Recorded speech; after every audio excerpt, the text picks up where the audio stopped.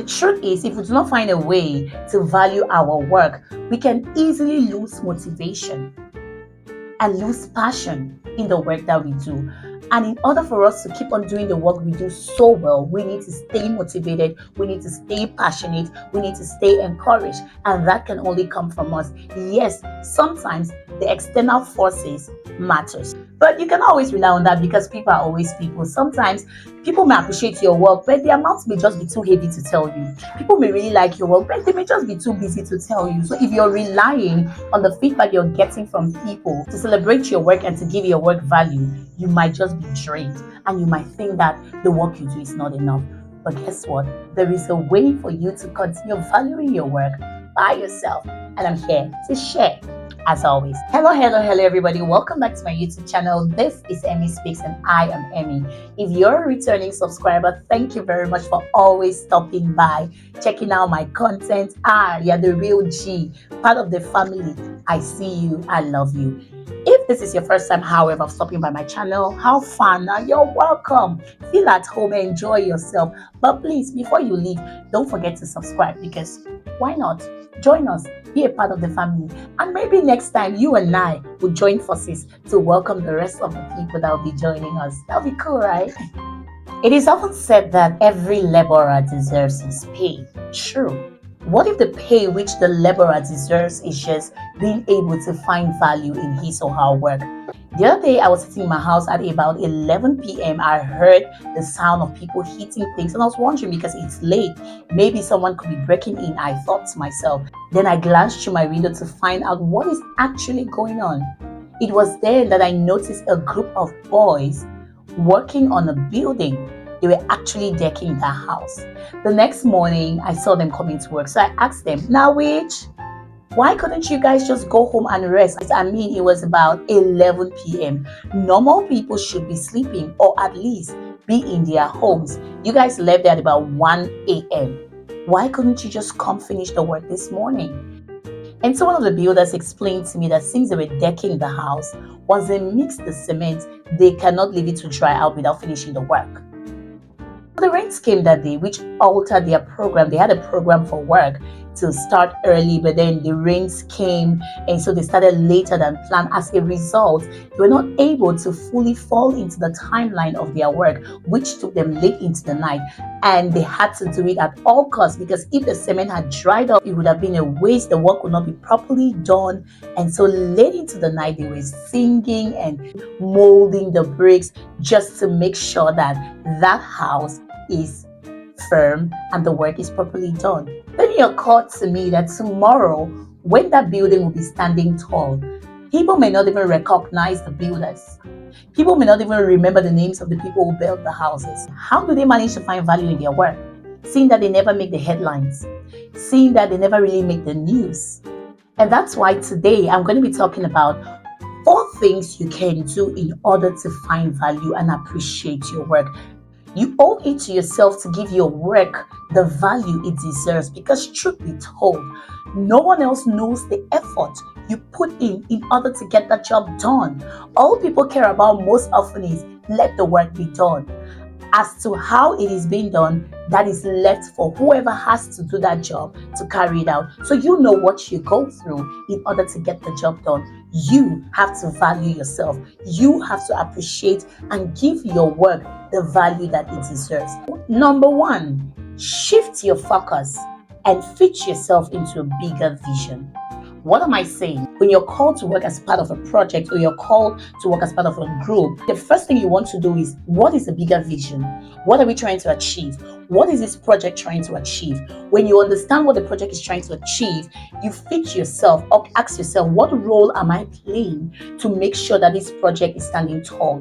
What role am I playing to make sure that this building is what the architect designed it to be? This little thing that I've been called to do, how does it benefit this house? How does it benefit this entire project? When you're able to situate yourself in the bigger vision, at the end, when the outcome of the thing which you worked on is being celebrated, you would realize that you are celebrated alongside. You will not feel like you're left out because they didn't mention your name, or they called just the architect, or they called just the contractor, and they didn't mention the bricklayer, they didn't mention the carpenter. At that time, you will not even need someone to mention your name because you have situated yourself in the bigger vision. You already know that without the input that you gave to this project, it would not be a success. So it doesn't matter whose name is being called, it doesn't matter if it's just the building that is being celebrated, you are going to equally feel celebrated because guess what? You have situated yourself in the bigger vision. Always find a way to situate your importance in the bigger vision of every work that you are doing so that when the work is being valued, you will be valued alongside because you deserve it. That's the first. Shift your focus and situate yourself in the bigger vision. The second thing you want to do is celebrate small wins. This is something that helps me a lot. At a time when I was a stay-home mom, I would easily slide into a mode of depression. I felt so useless, just being at home, waking up every day, doing nothing. And this is me coming from a place where I was working 9 to 5. Was it even 9 to 5? It felt like 6 to 6 because I would leave the house at 6 in the morning to catch up with traffic, getting to the office and all of that. And by the time you close work by 5, you have to beat the traffic. Sometimes you're even home at 7. So yes, 6 to 7. I was that busy, and during weekends I had events and shows and radio and TV and things to do, so my life was really busy. Then I came to this other phase where I started having kids and they needed my attention, so I had to be a stay-home mom, like do nothing, just stay home and take care of the kids. Trust me, I was depressed. So depressed. After a couple of years, I was talking with a counselor about something totally different. She opened my eyes to see that everything you do is valuable. And if you can only appreciate your small wins, then you will see the value in the things that you're doing. I started asking myself, like, what if I was not home to take care of my kids? I hear all these stories about things that happens to babies when their parents are not there. You trust people with your kids, they do this, they do this. I'm not saying that that could have happened, but I'm just telling myself that it was important that I dedicated that part of my life to take care of my kids when they were still very tender. So from there, I started celebrating my small wins. The way I do my itinerary for the day is, when I talk about my itinerary, it's not get up, go and conquer the world, do this, triumph.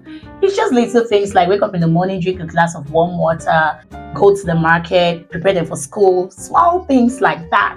Sometimes I'm able to take all, sometimes I'm not even able to take like half. But this has really helped me to measure the work that I do and then give it value. At the end of the day, when I tick, oh, I went to the market, oh, I did this, oh, I did that. And I'm looking at it, I'm like, I was able to do all of this, and I'm just one human being. How was I able to achieve this? Man, I am valuable. This thing that I'm doing is so valuable because without this, imagine that I was not there to cover my children. Imagine. So I'm celebrating my small wins every day. I'm not waiting at the end of the week to say, oh, this week I triumphed. This week I conquered. This week, no. Every day I'm celebrating. I'm telling myself, you did this, you're amazing. And that's how I stay valuable to myself. Everything you do is worth being celebrated. So celebrate your small wins and you'll begin to find value in yourself and in the work that you do. So the third thing I'm going to talk about is not just something that is going to be helpful to you, but it's equally going to be helpful to others. Don't be the person that discourages others. I'm saying this because sometimes it's easy for us to take the position of a victim. But in reality, we are the villains at times. And we always go about thinking that we deserve things and others don't. Think about it. If you would love for your work to be appreciated, don't you think another person would equally love for your work to be appreciated? If you would love for someone to see something that you have done and celebrate it, how about you start by celebrating things that other people do? I'm going to share with you all something that happened to me a couple of days back.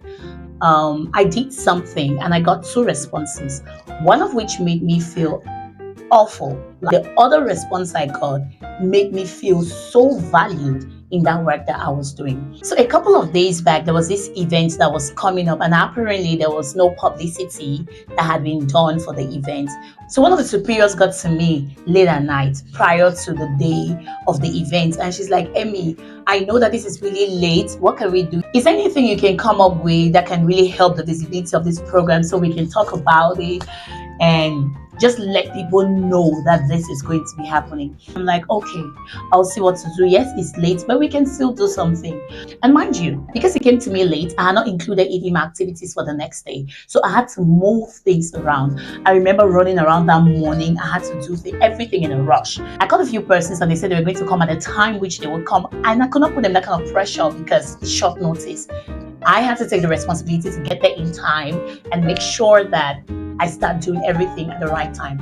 I got there, I started putting things in order, and while I was moving forward, one person came to me. The first thing he said was, oh, this is really amazing. You're hand making this. Wow, this is great. Another person said, oh, wow, I really don't understand what you're doing yet, but I'll just wait for the end result because I really just trust what your hands can produce. And all of that was hyping me, gingering me, and the more they were saying that, the more I was getting creative ideas to do it. And then this other person comes and he's like, why are you drawing this thing? Why didn't you just go and print these writings on the paper and just paste them on this board? And in my mind, I'm like, oh, Jesus, help me. Jesus, help me. Friend, yes, it can be printed. Who doesn't know that it can be printed? But I decided to go through the stress of doing it differently so that it would be appreciated differently. I just felt like somebody sent him for my matter to just come and drain my mood because I was so tired that day and there was still so much I had to do later that evening. The last thing I needed at that point in time was somebody draining me. The first other superior who came to me and commended what I was doing, at the end he asked, don't you think that white would have been better if you did this on a white board or using a white paper? The writings on white is usually more visible. So I took time to explain to him that the reason I did not use white was because I did not find a white paper for the size I needed. And secondly, we want to use this for a video. Yes, for the normal eye, the writings on white will be more visible. But when using the camera, it's going to give certain reflections and it may not really be as visible. And he was like, yeah, that's true. You make a good point. Keep up the great work. It's so amazing. I cannot wait to see the finished work. Now that's something I can work with. That's something I can totally work with. Because you took out time to tell me that you even care about the work I was doing. You appreciated it, and then you gave me feedback. You were asking questions after the work was finished, and everyone was appreciating it. Oh, this is great, this is great. He still called me, and he was like, I still think that white would have been better. And I'm like, what can I really do about it now? Seriously. Telling me that white would have been better after I spent hours trying to design these things. Some people joined me along the line.